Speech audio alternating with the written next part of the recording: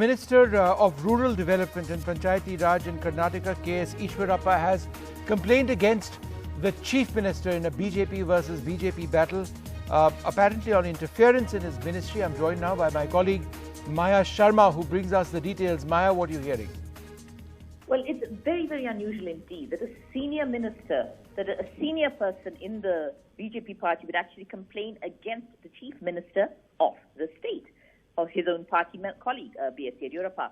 But this is exactly what K.S. Eshwarappa has done. He is Minister for Rural Development and Panchayat Raj. He is also Shivamogga district in charge. Shivamogga is also B.S. Yediyurappa's home district. And in the past as well, there have been reports of ill feeling between the two leaders from the same district, as perhaps they jockey for power there.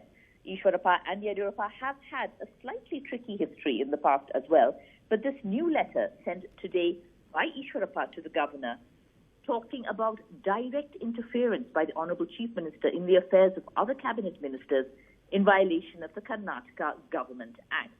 So Eshwarappa, in his letter to the governor, actually gives what he says are examples of interference by B.S. Yediyurappa. He talks about how Yediyurappa has actually interfered in the ministry's working by giving direct orders, by bypassing the Eshwarappa and also calling for papers which were not really necessary in that case. And Eshwarappa actually requests the governor to advise the Honourable Chief Minister to adhere to the rules and practices, to actually take into confidence cabinet colleagues and adopt policies of non-interference.